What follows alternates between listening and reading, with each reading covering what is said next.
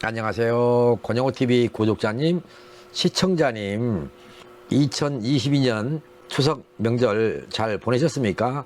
방송을 촬영하고 있는 지금 이 시간에도 고속도로를 운행하고 있을, 또 국도를 운행하고 있을 여러분이 계실 것 같습니다. 끝까지 안전운행 하시고요. 건강한 가을을 위해서 다 함께 매진하는 시간이 됐으면 합니다. 지난번 방송에서 에어컨 방송을 하겠다라고 약속을 드렸습니다. 촬영을 하려고 보니까 방송 녹화 프로그램이 카메라를 인식을 못합니다. 카메라를 인식하게 하는 데까지 오래 걸렸습니다. 지난달 26일부터 그랬으니까요. 상당히 오래 걸렸죠. 에어컨 방송을 촬영하는 이유는 내년 여름을 위해서 내년에 닥칠 어떤 문제점을 해결하는 데 포인트로 작용할 것이며,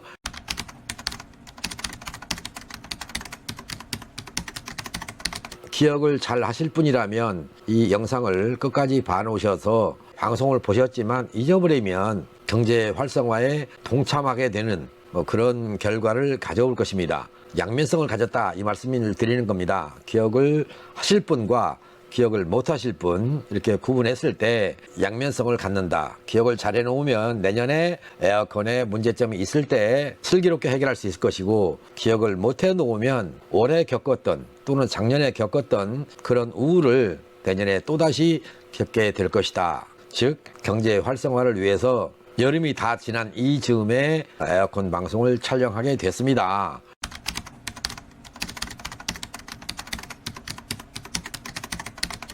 에어컨의 기초편입니다. 필요한가? 필요로 하지 않다라고 생각할 분과 필요하다라고 생각할 분이 있을 겁니다. 기초편을 튼튼히 잘 다져 놓으면 응용편에서 게이지 압력을 보면서 내 자동차의 에어컨에는 어떤 곳에 문제가 있구나 라고 하는 것을 찾아낼 수 있다, 이렇게 생각하시면 되겠습니다. 그래서 기초편이 잘 다져졌느냐 못 다져졌느냐, 고압 게이지와 저압 게이지 또는 저압 게이지와 고압 게이지의 압력을 보면서 내 자동차의 에어컨에 어느 쪽에 문제가 있는가, 이것을 쉽게 접근할 수 있다, 이렇게 말씀드리면 되겠습니다. 이 에어컨 강좌를 2년 전에 준비했는데 오늘에야 방송을 하게 되는 이유는 바로 극과 극의 양면성을 가진 문제 때문에 그랬습니다. 추측에 의해서 이것도 갈고 또 추측에 의해서 저것도 갈아보고, 그것이 곧 경제 활성화의 방법이 될 것이고, 내 자동차는 에어컨은 잘 나오는데 가스를 넣어 놓으면 오래 가지 않더라, 어느 시간이 가면 또다시 문제점을 갖더라, 이런 것을 경험하셨을 겁니다. 그 문제를 어떻게 해결할 것인가, 그것은 곧 기초편이 덜 되어 있기 때문에 그렇다, 이렇게 이해를 하시면 되겠습니다. 이것은 태양에 의해서 물이 증발합니다. 수증기로 하늘에 올라가서 떠다니다가 구름이 되죠. 구름이 강도가 진해지면 곧 열교환이 생기는 겁니다. 여기서 열 변형이 생기면서 비로 변하는 겁니다. 비가 다시 대지를 적시면서 바다에 고이거나 저수지에 고이는 수증기가 액상으로, 액상이 또 수증기로, 이런 원리를 이용한 것이 에어컨입니다. 이런 것을 자동차에서 적용시키기 위해서 필요한 것들이 있습니다. 뭐가 필요한가? 바로 에어컨의 구성품 중에서 가장 먼저 컴프레셔입니다. 에어컨 컴프레셔, 압축기로 되어 있습니다. 그런데요, 흡입이 안 되면 압축이 안 됩니다. 곧 흡입과 압축, 흡입과 토출이죠. 빨아들여서 밖으로 빼내는 흡입과 토출의 과정이 반복적으로 이루어지는 것이 컴프레셔입니다. 이 컴프레셔를 통해서 저압이 고압으로 바뀌는 것입니다. 컴프레셔가 없으면 에어컨이 이루어질 수가 없다,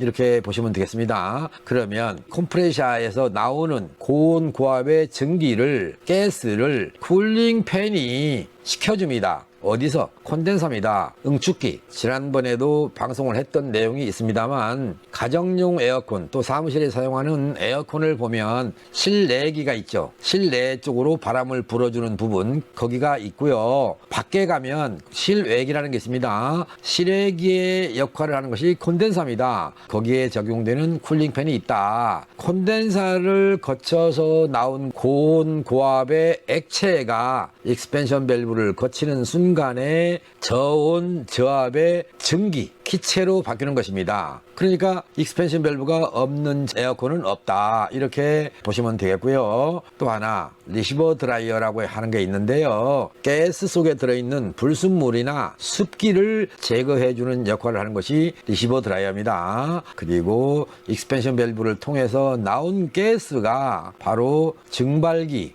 에바포레이터라는 걸 거쳐서 차갑게 되면 증발기 뒤에 있는 팬이 불어서 우리가 필요한 에어컨의 냉기를 얻어낼 수 있는 것입니다. 곧 에바포레이터는 필수적인 겁니다. 곧 사무실에서 우리 쪽을 향해서 있는 것이 에바포레이터다, 이렇게 보시면 되겠고요. 이런 과정을 거치는데 적절한 온도가 되면 에어컨이 멈추기도 하고 재가동도 되고, 그렇게 하기 위해서 밖에 온도 센서가 있고 내부 온도 센서가 있다. 압력 센서라는 것은 또 뭐냐, 가스가 있는가 하는 것을 감지하는 압력 센서. 가스 압력이 너무나 높으면 폭발할 수 있으니까 위험하다 해서 안전을 위한 압력 센서, 곧 고압측의 압력 센서가 있다. 과거에는 저압측만 있었는데 요즘에는 가스가 바뀌었습니다. 옛날에는 R1, 2라고 하는 가스가 자동차용으로 사용됐었고요. 지금은 YF1234나 R134A라고 하는 가스로 바뀌었습니다. 이들은 R1, 2라고 하는 가스보다 위험성이 있습니다. 그래서 어느 일정한 압력 이상이 되면 폭발할 수 있으니까 정지시키는 기능을 목적으로, 즉 안전을 목적으로 고압의 압력을 감지해서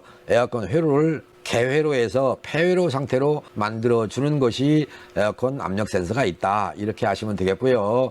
여기에 이제 풀 오토매틱 에어컨의 경우는 에어컨 컨트롤러가 있죠. 거기서 각종 데이터 입력을 시켜놓고 내가 원하는 온도를 맞춰 놓으면 계절에 관계없이 언제든지 에어컨이 꺼졌다 켜졌다 하는 풀 오토매틱 방식이 있고 세미 오토매틱 에어컨도 있다, 이렇게 보시면 되겠습니다. 지금 나열해드린 내용들은 모든 자동차에는 다 있다. 즉 여러분들의 자동차에는 컴프레셔도 있고 쿨링팬도 있고 콘덴서, 익스펜션 밸브, 리시버 드라이어, 에바포레이터, 그리고 내부 온도 센서, 외부 온도 센서, 또한 압력을 감지하는 압력 센서도 있다, 이렇게 이해를 하시면 되겠습니다. 실제 부품을 보여드릴 건데 에어컨의 구성품에는 최소한 이 정도의 부품들이 있다라고 기억을 하시면 되겠습니다. 방금 전에 보셨던 에어컨 부속들이 어떻게 나열되어 있는가, 나열된 순서를 한번 보시겠습니다. 얘가 컴프레셔입니다. 이쪽으로 저압이 들어갑니다. 만일에 이렇게 차단이 됐다, 저압측이 막혔다, 그러면 여기서 나오는 고압이 안 나옵니다. 압력이 나오질 못한다. 그래서 흡입해서 밀어내는, 흡입과 배출, 여기서 흡입하고 이쪽으로 밀어내는 거니까 배출이죠. 그래서 컴프레셔는 양면성을 갖는다. 분명히 어느 한쪽으로는 빨아들이고 반대편에서는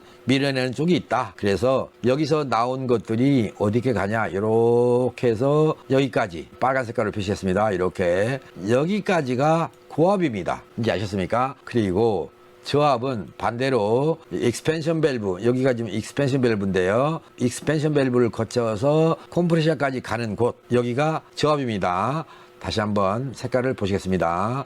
어때요? 빨간 색깔이죠? 빨간 색깔, 빨간 색깔, 여기도 빨간 색깔 쭉 갔는데 여기서 빨간 색깔, 빨간 색깔 이렇게 구분해서 이쪽이 고압이다. 아셨죠? 그리고 나머지 이쪽이 저압이다. 낮은 압력으로 가동된다. 이렇게 이해를 하시면 되겠습니다. 그러면 여기서 여러분들한테 말씀드린 것처럼 여기가 뭐라고 그랬어요? 컴프레셔. 얘가 리시버 드라이어입니다. 여기도 리시버 드라이어고요. 또 여기도 리시버 드라이어고요. 여기도 리시버 드라이어입니다. 리시버 드라이어가 이렇게 많냐, 이렇게 생각하실 것 같은데 에어컨의 구조를 보면 리시버 드라이어가 여기 있는 타입, 1방법의 자동차도 있고 2방법의 자동차도 있고 3의 방법의 자동차도 있고 요즘에는 4의 방법의 자동차가 있다. 이래서 리시버 드라이어가 1의 경우, 2의 경우, 3의 경우가 있었는데 최근에는 4의 경우와 같은 리시버 드라이어가 있다. 그래서 리시버 드라이어를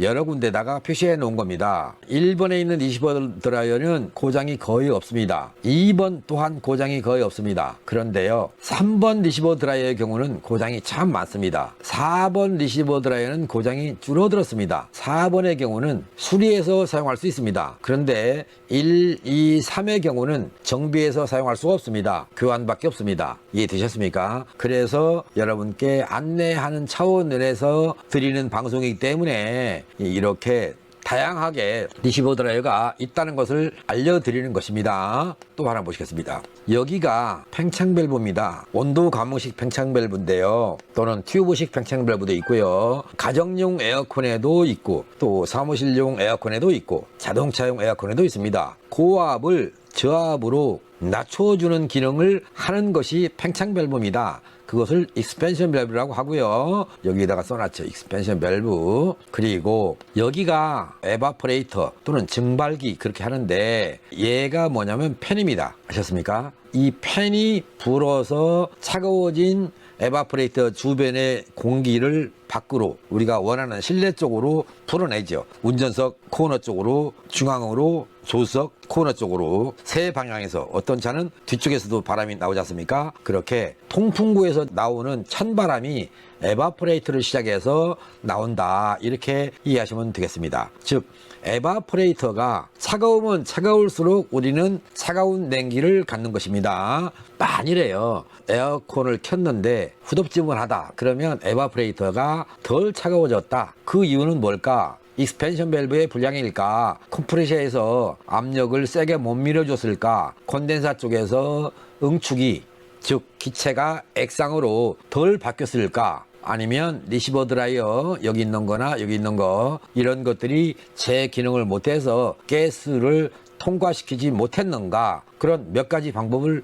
찾아낼 수 있는 것입니다. 그러면 그때는 어떻게 찾느냐? 온도계 하나만 있으면, 즉 리시버 드라이어가 1의 경우라고 그랬죠. 여기 있는 방법이 리시버 드라이어를 중심으로 앞에서 온도를 찍습니다. T1. 그리고 뒤쪽에서 온도를 찍습니다. T2입니다. 이렇게 T1과 T2의 차이가 생기면 리시버 드라이어 1번이 고장인 것입니다. 쉽죠? 마찬가지입니다.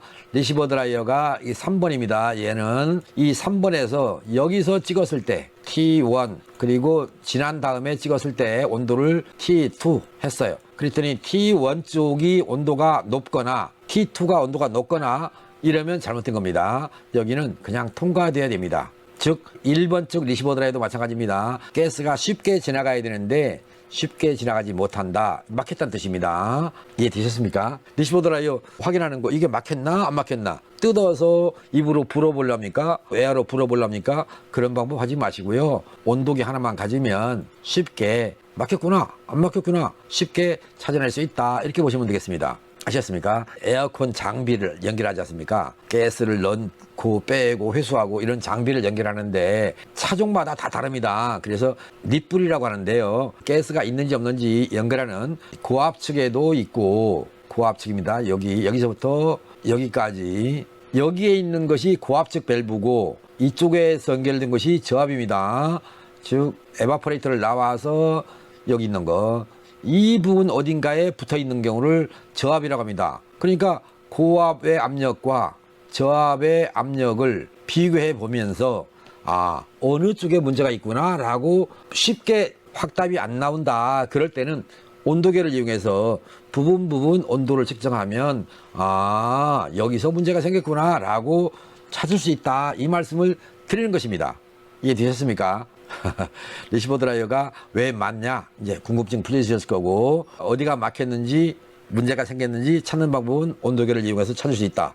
아셨죠? 여기서 하나만 더 설명드리고 넘어가겠습니다. 콘덴사라고 돼 있죠? 콘덴사가 이겁니다. 콘덴사입니다. 자, 에어컨 팬입니다. 에어컨 팬. 얘도 에어컨 팬. 어떤 차는 얘가 에어컨 팬입니다. 이렇게 두 개가 달려 있고요. 그리고 엔진의 냉각팬. 얘가 엔진 냉각팬이고요. 얘도 엔진 냉각팬입니다. 아셨습니까? 자동차마다 다양하기 때문에 팬도 여러 개를 그려 놓은 것이고요. 흡입을 해서 압축을 해내는 컴프레셔를 중심으로 에어컨은 사이클이 이루어진다. 여기까지 오늘 첫 시간의 방송을 마칠까 합니다. 시청해 주신 여러분, 복잡한 것 같은데 사실은 복잡하지 않다는 것을 아셨을 것이고요. 에어컨의 구조에는 어떤 것들이 있다. 에어컨을 만들어내려면 어떤 부속들이 있다. 이 부속은 어떤 일을 한다.